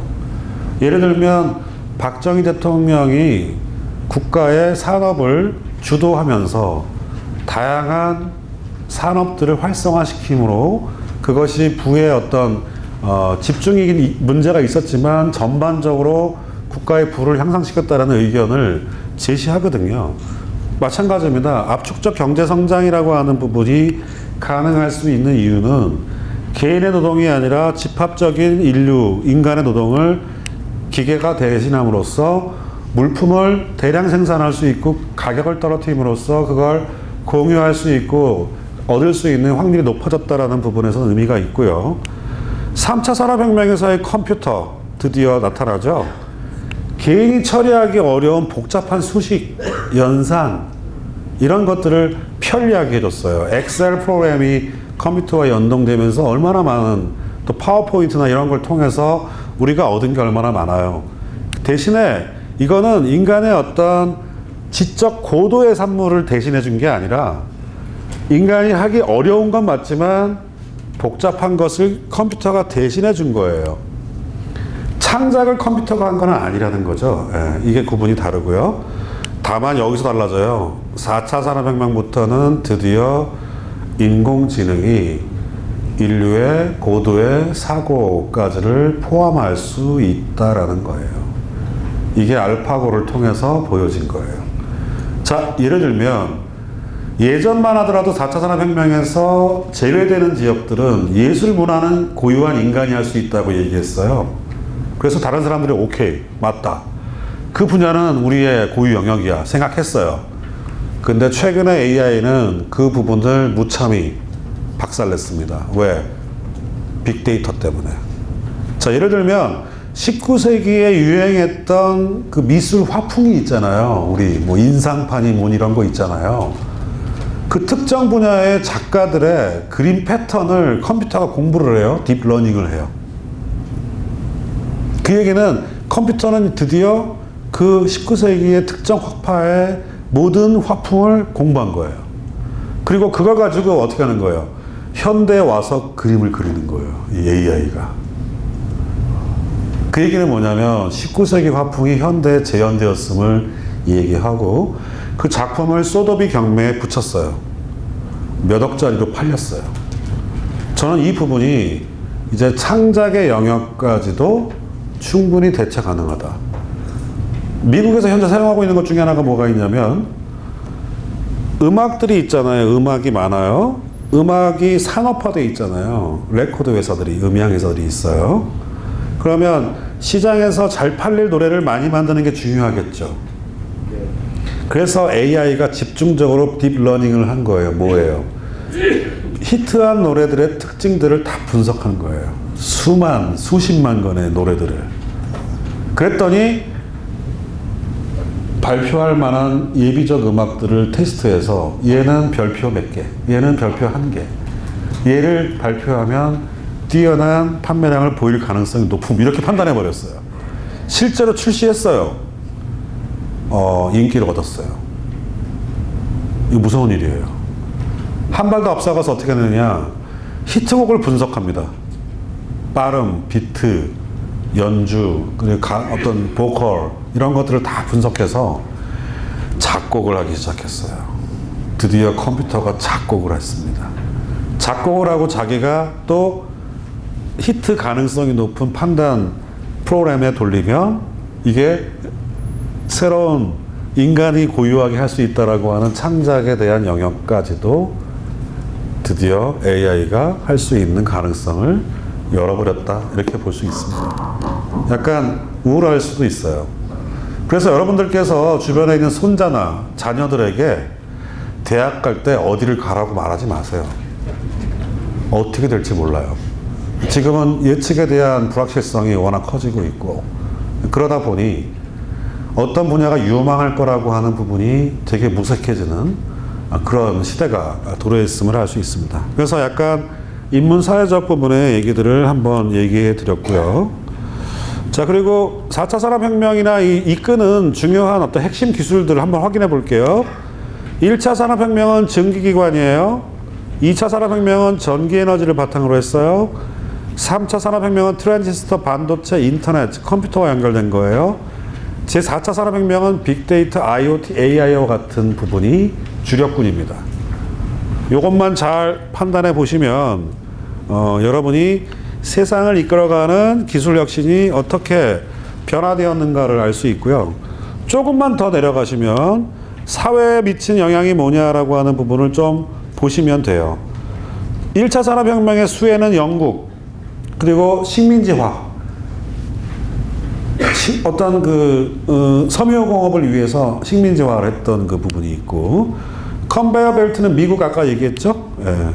4차 산업, 3차 산업혁명에 대한 디지털에 대한 부분은 IT 기업의 강성을 얘기했고, 제4차 산업혁명에 대한 부분은 사람과 사물, 공간을 연결해서 초지능화라고 하는 부분으로 가는 사회 시스템 혁신이고, 이게 어떻게 보면 자치분권의 중요한 연결고리를 제공해주는 키워드가 포함되어 있음을 알 수 있어요. 자, 다음은 4차 산업혁명이 왜 일어났는가에 대한 얘기를 아주 복잡하게 썼는데 간단하게 말씀드리면, 4차 산업혁명을 어떤 기술의 혁신으로 보는 자연스러운 과정이다, 발전 과정이다고 보는 측면이 있고요. 또 하나는 전체 세계가 경제가 불황이다 보니 이걸 뭔가 뚫어낼 만한 새로운 캐치프레이즈가 필요했던 거예요. 뭔가 새로운 컨셉과 철학을 던지고 싶었던 거죠. 아까 패러다임에 대한 부분에 관해서. 그래서 이렇게 4차 산업혁명에 대한 부분을 좀 더 복잡하게 말하는 부분도 나타납니다. 그게 슈밥이라는 사람을 통해서 이루어진 것을 의미해요. 그래서 음모론적 관점에서는 4차 산업혁명에 대한 부분이 정체성이 좀 부족하다고 말하는 부분도 있지만, 실체적 측면에서는 기술혁신이 워낙 강력해서 그 부분의 실체를 충분히 대처했다라고 말하기도 합니다. 자, 여기 보면 산업이 1.0에서 4.0으로 넘어가는 거 보이시죠? 네. 이게 바로 뭐냐면 인간의 개입의 정도가 가장 적어지고 기계에 의해서 판단되어지는 시스템으로 전환되는 것을 의미해요. 그래서 아까 말한 무인 공장 시스템 같은 것들이 말하자면 인더스트리 4.0에 해당하는 거예요. 4차 산업혁명에. 자, 그동안 가장 많은 수혜를 받은 국가는 중국입니다. 다국적 기업들이 전부 중국으로 갔어요. 왜요? 인건비가 싸니까. 근데 지금 철수하기 시작했어요. 중국에서. 어디로 가요? 자기네 본국으로 돌아가기 시작했어요. 신발 산업이 되게 기술 집약적이지만 노동 집약적이에요. 아디다스라는 기업 아시죠? 슈퍼 국제 다국적 기업의 아주 표상입니다. 아디다스 공장 독일로 돌아갔습니다. 여러분이 신고 있는 아디다스 신발의 대부분은 무인 공장에 생산된 것일 가능성이 높아요. 그 이유는 이제 클라우드 시스템이라고 해서 온라인으로 다양한 수요를 책정하고 공급하는 의사결정을 무인 공장으로 처리할 수 있게 된 거예요. 그러니까 중국에 있을 이유가 없어요. 왜? 시공간이 필요 없거든요. 컴퓨터로 연결됐기 때문에. 그리고 인건비를 제공할 필요가 없는 거예요. 그래서 우리나라의 기업들이 베트남에 많이 가 있거든요. 섬유 쪽으로. 다시 우리나라 돌아오려고 하는 시도도 하고 있어요. 그 이유는 자동화에 대한 시스템이 드디어 노동력에 대한 부분을 필요로 하지 않기 때문이에요. 이거는 큰 변화입니다. 왜냐하면 부의 크기는 커졌는데 독점하는 국가가 기술 가진 국가로 한정되는 거예요. 그래서 인더스트리 4.0이 되면 강력해질 나라가 1순위가 독일입니다. 당연히 물론 미국도 들어가죠. 그리고 일본이 그 뒤를 잇고 있고요. 그리고 그 쫓아가려고 하는 국가 중에는 중국이 아주 힘을 발휘하고 있고 그 뒤에 한국이 따라가고 있습니다. 말하자면 제4차 산업혁명이 됐을 때 온 국가가 균등하게 발전하지 않을 거라는 거예요. 자, 여러분 현대자동차 지금 잘 팔린다고 보이세요? 열심히 혁신을 하고 있어요. 근데 주변을 돌아보세요. BMW, 벤츠 자동차가 일상화되었어요. 왜냐하면 사람들의 아까 욕구 5단계 봤죠? 맨 끝에 뭐 자아실현이라는 게 있죠. 신미성도 있고요. 자동차는 단순하게 탈 것이 아니에요. 이제 나를 표현해 주는 거예요. 자동차를 소유함으로써 심리적 자부심과 이거 자기를 대별해 주는 거에 기능도 자동차가 가지고 있다라는 거죠. 부동산도 마찬가지예요. 주택도. 네. 그런 경향이 커지기 때문에 현대차에 대한 사회적 수요는 사실 제한적일 거예요. 앞으로도. 네. 그 상태에서 프리미엄 브랜드가 힘을 발휘하는데 거기다가 무인 자동 생산을 해버리면 BMW 회사나 독일은 얼마나 더 많은 부유를 갖게 되겠어요. 네. 이게 이제 어떻게 보면 새로운 문제로 떠오를 수 있는 부분이기도 하고, 하지만 현대차가 지금 현재 자신의 약점을 정확하게 뚫어보고 있고 새롭게 내세우는 자동차들을 한번 보세요. 상당 부분 따라잡는 속도들을 보이고는 있어요. 마지막 중요한 건 이제 문화예술적인 의미를 담는, 즉 자부심을 갖는 그런 부분으로 조금 더 올라갈 필요는 분명히 남아있긴 합니다. 자, 다음은 IoT, 빅데이터, 인공지능에 대한 부분을 앞에서 설명을 드렸는데 저는 일단 그 빅데이터에 대한 부분을 좀 말씀드리고 싶습니다. 최근 들어서 검찰이 타다를 기소했죠. 네. 그랬더니 4차 산업혁명에 대한 부분에서의 문제가 있다 이렇게 얘기를 합니다. 근데 타달은 완벽한 의미의 4차 산업혁명과 연결된 거라고 보지 않는 견해도 있는 것 같아요. 제가 봐도. 새로운 분야의 창출이냐에 대한 논란이 남아있어요. 근데 사실 그 논란을 일으킨 거는 우버입니다. 우버라고 들어보셨죠? 네. 우버가 있으면 물류 가장 효율적으로 연결해 줍니다. 발생한 부가가치를 소유자와 연결자가 동시에 공유할 수 있어요. 이걸 좀 더 확장시키면 집에 남는 공간들 있죠. 방. 얘를 온라인에 올려서 필요한 사람에게 공급해 주는 것도 있죠. 이것도 대박 사업이 됐죠. 맞습니다. 에어비앤비. 이것은 바로 무엇이냐면 온라인 디맨드, 온디맨드를 기반으로 해서 즉각적 수요를 연결해 주는 그 부분에 4차 산업혁명의 기술들이 그것을 가능하게 만들어 준 겁니다. 저는 이게 앞으로 지방자치 시대의 중소도시의 위기를 어느 정도 보완해 줄 수 있다고 저는 생각합니다. 예를 들어서 농촌에 생산된 여러 가지 원자재 중 뛰어난 것들을 직거래 시스템으로 바꿔주고 선택 가능성을 높여주는 그 부분에 온디맨드의 어떤 확장된 개념이 적용될 수 있을 거라고 생각합니다. 그리고 사람들이 직접 방문하지 않더라도 지불이 가능하고 부가 쌓일 수 있도록 해주는 부분들, 이것들이 자치분권의 시대에 어떤 방향으로 이동할 것인가에 대한 부분을 생각할 수가 있거든요.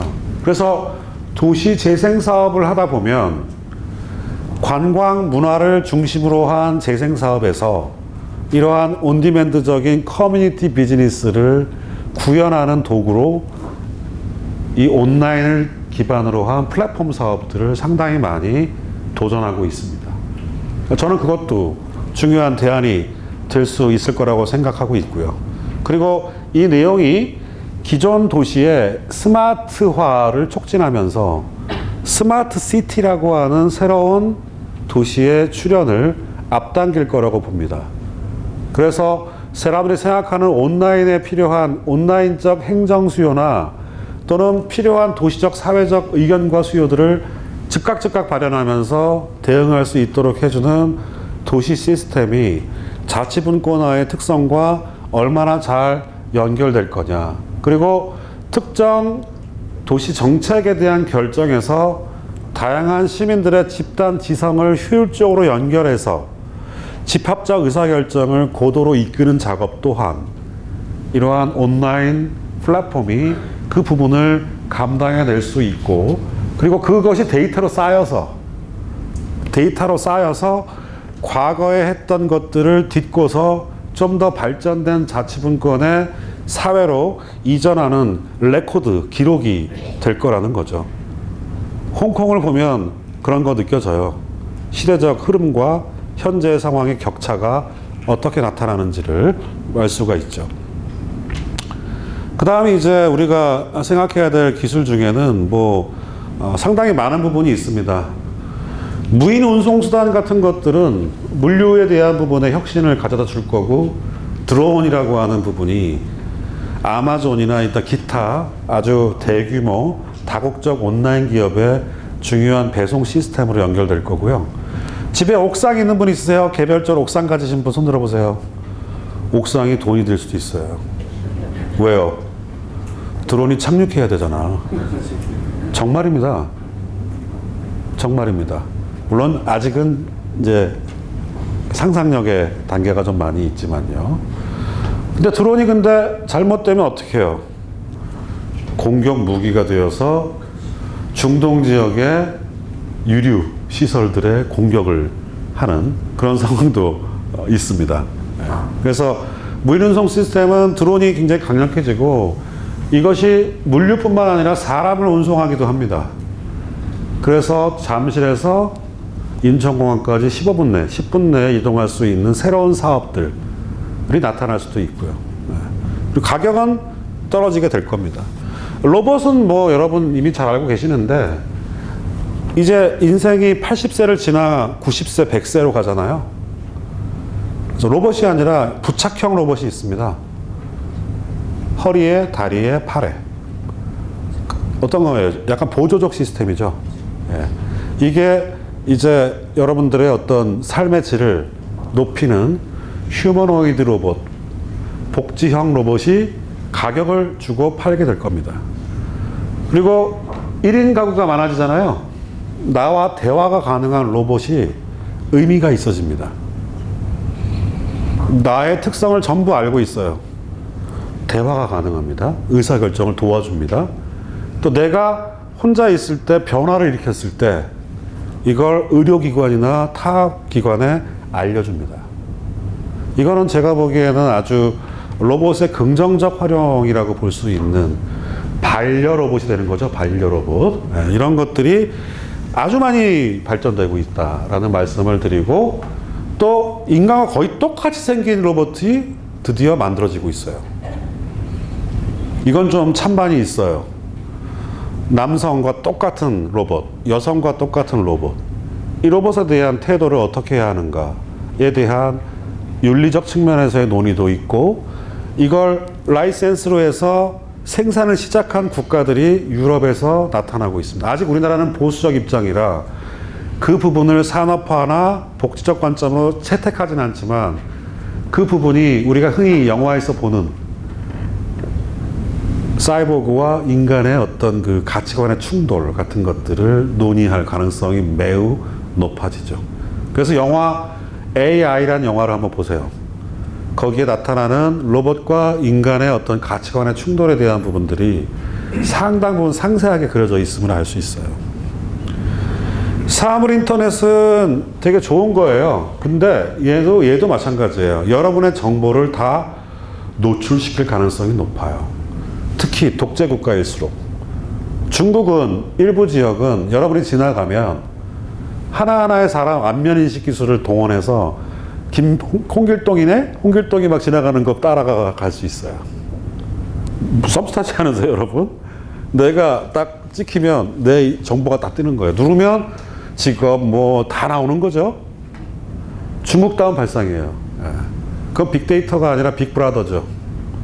통제적 가능성이 높아요. 근데 적절하게 활용한다면 주거지의 안정성을 도모할 수도 있고요. 그리고 다양한 괴물스러운 범죄 이력을 가진 사람을 충분히 관리할 수도 있는 장점도 가져갈 수 있어요.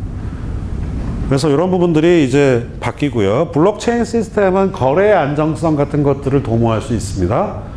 여러분의 지적 재산권을 비밀스럽게 유지하면서도 안전하게 보관할 수 있는 시스템이 돼요. 부동산 거래에서 발생하는 다양한 윤리적 모럴 해저들을 방지할 수도 있고요. 이런 것들은 계속 발전하고 있어요. 그리고 유전 합성 생물학 이런 것들은 이제 인간 생명의 꿈, 100세의 어떤 그 도전을 가능하게 하고, 그리고 장기 교체라든가 이런 어떤 삶의 질을 현실화시킬 수 있는 부분과 연동되면서 나아가는 그런 부분이 될 수 있습니다. 자, 그 다음에 이제 환경 변화에 대한 부분들을 이제 얘기하는데 크게 두 가지예요. 유토피아적인 부분의 예측과 디스토피아적인 예측이에요. 즉, 좋을 것이다 라고 말한 것과 굉장히 암울할 것이다 말하는 게 양측 다 있어요. 그 판단은 좀 여러분들이 하실 필요가 있을 거라고 보여지고요. 단 한 가지 말씀드리면, 예전에 타이피스트란 직업이 있었습니다. 타이프를 치는 직업, 아주 우아한 직업이었습니다. 그분의 어떤 그 직업적 태도는 매우 강력해서 뭐 사장님이라 하더라도 그분이 마음 안 먹으면 뭐 타이프 치지 못할 정도에. 그래서 많은 분들이 그분에게 잘 보여야 했어요. 보고서의 질을 그분이 결정했으니까요. 또 하나, 박사학위, 석사학위도 다 그분들이 했어요. 내 논문을. 예? 그러니까 얼마나 훌륭한 분이에요. 그래서 단가가 매우 높은 분이었어요. 자, 그런데 컴퓨터의 등장에 상당한 많은 분들이 우려를 했죠. 타이피스트란 직업은 사라지게 된다. 자, 그런데 시간이 지났더니 컴퓨터의 등장은 타이피스트를 줄였지만 더 많은 고용을 창출해내는 그런 훌륭한 역할을 했다 라는 말로 대체할 수 있을 것 같고요. 비디오 킬스 라디오라고 말이 있죠. 노래도 있어요. 텔레비전의 등장은 라디오를 죽여서 죽일 것이다. 사라지게 할 것이다. 지금 어때요, 근데 여러분? TV는 TV대로, 라디오는 라디오대로 매력이 있지 않아요? 공존하고 있잖아요. 그리고 오히려 두 개가 하이브리드 돼가지고 오히려 라디오가 공개 광자를 하기도 하고, 그렇죠? 예. 그리고 TV 프로그램에도 라디오 스타라는 그런 이름을 차용해서 쓰기도 하는 그 부분이기 때문에 요거는 좀 두고 봐야 될 것 같습니다. 예. 자, 이게 무시무시한 그 공장 자동화를 일으키는 클라우드 시스템이에요. 크라우드가 아니에요, 여러분. L 발음이에요. 클라우드.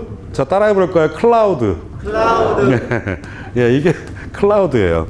예, 그 얘기는 여러 가지 정보들을 얘가 처리해서 정보에 대한 것들을 미리 다 파악을 하고 공정을 결정해서 생산한 것들을 통합 관리해서 소비자하고 직결시키도록 해주는 부분이고요.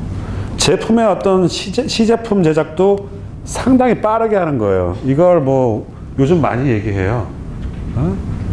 이 시제품 제작을 얼마나 빨리 해주느냐에 따라서 새로운 혁신 상품에 대한 것들을 선보이게 하고 산업 활성화를 올리는 그런 부분도 되고요. 또 고객이 느끼는 불편함과 불만을 바로바로 상품에 투영해서 보다 효율적인 제품을 생산하게 만드는 거예요. 되게 얄미운 거예요, 근데. 인간이 끼어들 틈이 매우 적어진 것을 의미하고 이 기술을 가진 국가와 그렇지 않은 국가에 대한 차별성이 상당히 높을 수 있죠.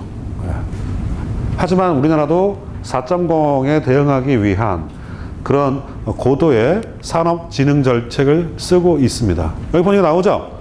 미국, 독일, 일본, 여기 일본인데 예. 특히 독일이 저는 되게 강력해 보여요. 미국이야 워낙 뛰어나니까 뭐 그렇다고 치고 독일이 가지고 있는 다양한 기술. 근데 사실 독일이 가진 기술의 많은 부분, 일본도 그렇고 전쟁을 한번 크게 했잖아요. 로켓을 만든 나라가 사실은 독일이에요. 영국한테 쏘기 위해서. 군사 기술을 썼기 때문에 BMW 엔진이 왜 강력하냐면요. 항공기에 들어갔던 엔진을 차에 넣었으니까 얼마나 강력해요. 그게 제가 보기에는 수많은 실험들을 했고, 그렇기 때문에 그거에 대한 어떤 부산물이 상당히 깔려 있지만 우리가 독일을 좋아하는 이유는 그나마 태도에 대한 부분이 다른 나라랑 좀 다르다라는 거, 이 부분은 있어요. 근데 이건 좀 냉정하게 따지면 크게 구분해서 우리가 생각해야 될 부분이라고 보여지고요. 자, 우리나라 4차 산업전략도 이제 정밀 의료, 신약, 탄소, 인공지능 해서 얘기는 하고 있고 돈도 많이 투입하는데요. 제가 보기엔 그래도 삼성이라고 하는 중요한 어떤 기업들이 있고요. 그리고 나름대로 창의적인 인물들이 우리나라에 있기 때문에 다만 좀 창업 분위기, 대기업 공무원만 고집하는 그런 부분에서 조금만 벗어나주고 창의적 인물들이 좀 창업할 수 있는 분위기로 조금 더 변화만 빨리 된다면 저는 우리나라의 그 속도가 워낙 빨라서 저는 승산이 있는 게임이 될 수 있다 이렇게 생각하고요. 그리고 김대중 선생님 대통령에 대한 평가가 갈려요. 저는 그분하고 상관없어요. 전 서울에 태어났고 서울댁인데 그래도 그분이 한 것 중에 ICT의 기반을 깔아놓은 거는 되게 잘한 거라고 평가받고 있어요. 다른 건 모르겠어요. 그래서 우리가 ICT 부분이 다른 나라보다 워낙 강력해진 것. 그리고 국가가 좁잖아요. 그러니까 그냥 모세혈관까지 다 박힌 거예요. 드디어 그 힘이 하나씩 둘씩 나타나기 시작한 거예요, 지금. 그러니까 그런 부분은 제가 보기에 인프라에 대한 부분은 매우 훌륭하다. 다만 핵심 역량, 핵심 기술에 대한 것들을 좀 얼마나 이제 연결할 거느냐에 대한 부분과 중국, 일본과의 그 경쟁에서 독창성을 얼마나 유지할 수 있을까. 이 부분이 저는 되게 중요한 요소가 될 수 있을 것 같고요. 그 다음에 비즈니스에 대한 부분 중에 아까 제가 빅데이터가 얼마나 중요한지 말씀드렸죠? 예? 예를 들면 여러분 이마트 가셔가지고 물건 구매하실 거 아니에요. 주부님들. 그러면 진열되어 있는 게 그냥 되어 있는 것처럼 보이시죠? 아니에요. 연관 구매를 하도록 설계되어 있어요. 그리고 누가 소비하는지 다 알아요. 제품의 소비가 누가 하는지를 빅데이터를 통해서 다 알고 있는 거예요. 그래서 상업적인 환경이 되게 빠르게 변화하고 외국 기업들이 들어왔다가 도망가잖아요. 지금 이마트도 매출이 줄었어요? 조금씩 줄어들어요? 이유가 있어요, 다. 우리나라의 소비자들이 워낙 스마트하기 때문에 그 부분에 맞춰서 진화해야 하는데 그때 이 빅데이터가 많은 것을 알려준다는 거죠. 그래서 특정한 그 기업들이 있어요. 대기업, 세계적 기업들은 내가 만약에 신발을 하나를 구매하잖아요. 275cm 블루의 아디다스. 올 때 두 컬러가 와요. 내가 원하는 거 말고도 다른 것도 보내줘요. 이거 한번 보고 살 의향 있으면 사라고. 안 살 거면 그냥 반납해도 되는 거예요. 이게 어떻게 보면 엄청난 마케팅의 위력이 되는 거죠. 그 트렌드를 다 읽는 거예요. 생애 주기에 따라 나를 추적할 수도 있어요. 내가 어떤 패턴을 구매하는지를. 그래서 그 가구도 예측해요. 여기는 1, 2인 가구의 특성이야. 이런 것들이 지역적으로 서울시 노원구면 노원구의 특정 패턴, 강남구면 강남구의 특정 패턴. 거기에 따라서 머천다이징이라고 하죠. 물건을 다시 다 재배열하는 거예요.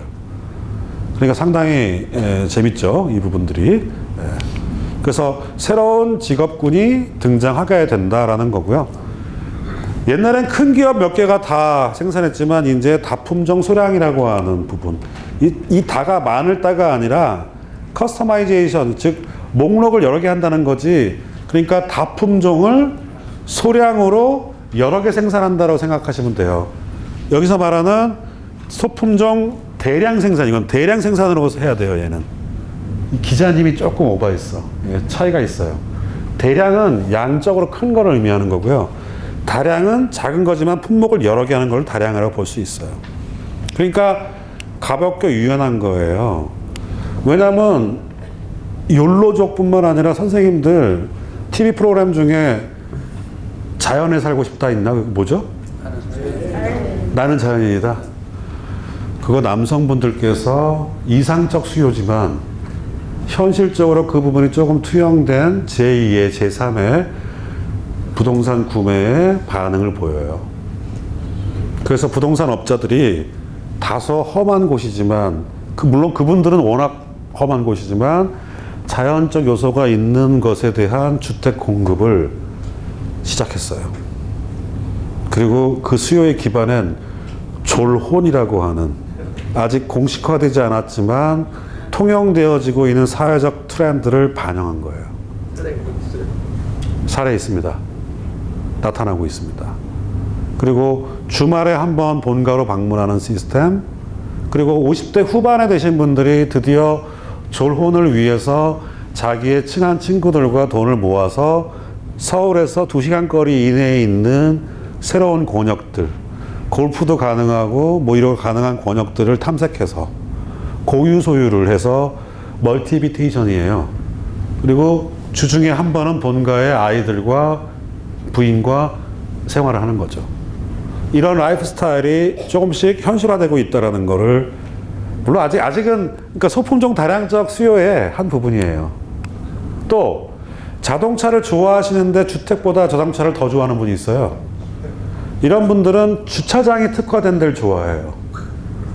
주차장의 크기가 더 넓어서 문콕 방지되어야 하고 앞에 웹캠이 있어 내가 누르면 차가 24시간 내내 나한테 보여야 하고, 그리고 칸막이마다 부드러운 재질로 돼서 부딪히더라도 저는 기스란 단어 안 써는 선생님이 상처가 안 나도록 해주는 그런 주택을 구매하려고 하는 계층이 있고요. 그 다음에 소음에 민감한 사람은 층간소음을 특화한 주거단지, 층간소음에 대한 부분을 방지해 줄 수 있는 그 주택에 돈을 더 많이 지불하는 거예요. 범죄에 대한 두려움이 있는 부분은 범죄 예방에 대한 시스템이 훨씬 더 잘 된 곳에 돈을 지불하고요. 반려동물을 좋아하는 분들은 반려동물에 대한 부분을 충분히 고려한 주택 구성 요소를 갖는 곳에 돈을 지불하는 용이성을 가지고 있음을 알 수 있습니다. 그래서 그런 부분들을 여러분께서 기억하신다면 이 4차 산업혁명의 다품종 소량적 이 부분과 연동될 수 있고, 그게 온라인 디맨드로 연결됐을 경우 사업화가 가능할 수 있다. 이런 말씀을 드리는 거죠. 공유주택이나 사회적 경제 같은 것들이 바로 그러한 것들을 노린 것들입니다. 그래서 그런 부분들을 얼마나 잘 이용하는가에 따라서 달라질 것 같고요. 그 다음에 일자리에 대해서 좋은 어떤 예상하는 부분과 사라질 거라고 하는데, 사라지는 게 좀 더 맞습니다. 사라지는 게 좀 더 맞고요. 단순한 것들은 좀 더 고도의 것들이 남을 거예요. 그 부분은 아마 그게 맞을 거라고 보여지고, 자동화 대체 확률이 높은 직업들 이제 막 올라갑니다. 판사까지 갔어요. 그래서 직업 선택에 대한 부분에 고려하실 부분이라고 저는 보여지고요. 다만 여기 안 나오지만 유력한 것 중에 하나로 요즘에 각광받는 게 뭐냐면 여가 산업입니다. 주 52시간 근무. 사람들의 근무는 적어질 거예요. 많은 부분을 자동화가 대체할 테니까. 기본소득도 들어올 거예요. 여가 산업만큼은 로봇과 AI가 해결하기가 상당히 어려운 부분으로서 장래에 노는 직업, 즐거움을 추구하는 레저 쪽에 대한 부분은 상당히 유망하다는 얘기를 하고 있습니다. 다음은 이것들을 이제 하나로 묶는 건데, 그게 바로 스마트 시티입니다. 그래서 에너지에 대한 부분을 최적화할 수 있도록 해주고, 그러니까 우리는 좀 더 싼 아파트에 살 수도 있어요. 돈을 덜 들일 수 있는 거죠. 도로 마음 놓고 최소한으로 하지만 효율적으로 운영할 수 있도록 해주고, 방제 범죄를 예방할 수 있도록 해주는 그 도시, 이게 바로 스마트 시티고요. 새롭게 지어지는 주거단지나 신도시에는 이 부분이 강화되어 있습니다. 다만 재개발이 필요한 노후 주거지, 노후 신도시에는 부분적 재생을 할 거예요. 역세권이나 재개발 구역이나 재생 사업에 대한 확대 적용에 대한 것들이 있는 것들이 필요할 것 같고요.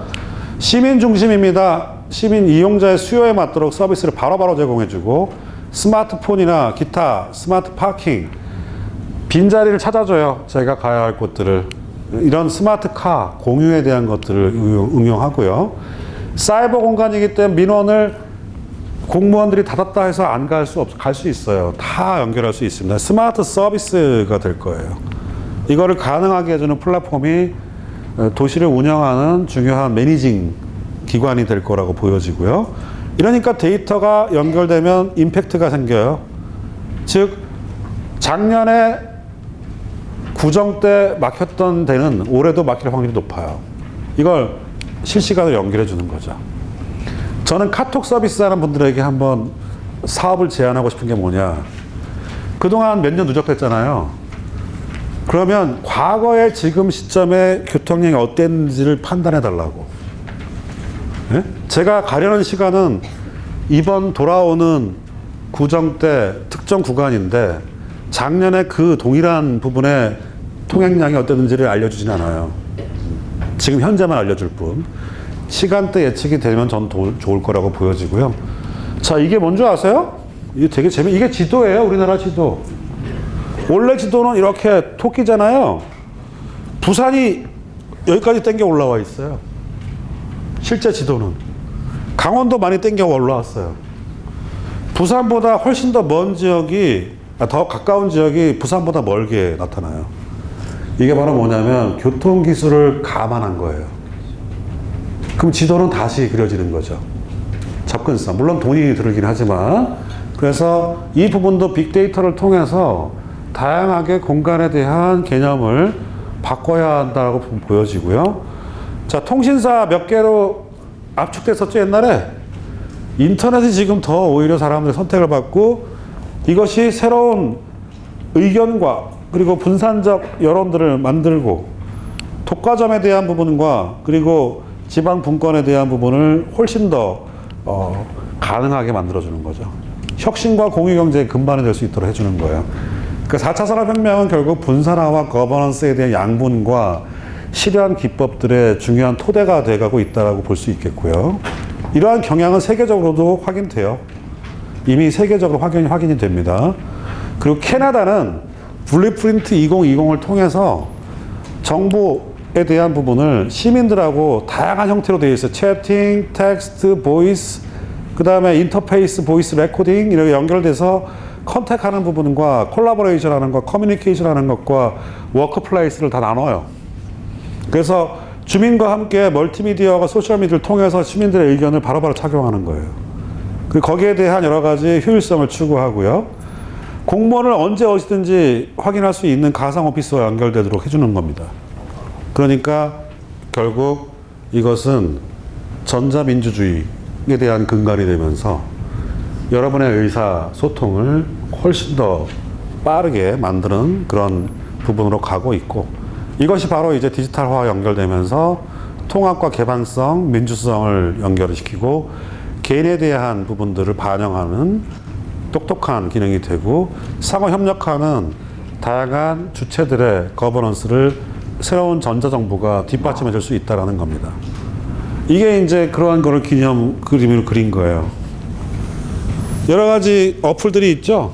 우리에게 제공해주는 빅데이터를 통해서 우리가 다 그걸 공급받고요. 행정에 대한 부분도 마찬가지입니다. 아까 캐나다에 대한 부분을 한국으로 연결하면 시민이 도시 내 문제에 대해 스마트를 통해서 계속 고발도 하고 보고할 수 있어요. 다양한 민원 저처럼 할 수 있어요. 시의회는 그런 의견을 받아서 바로바로 행정에 적용해야 해요. 그렇게 되면 쌍방향에 대한 소셜미디어를 통한 소통에 대한 부분이 이렇게 플랫폼을 통해서 연결되고 우리가 흔히 쓰고 있는 그런 어플들 또는 SNS의 도구들이 그러한 부분을 더욱더 뒷받침해 줄 수 있도록 해주는 거예요.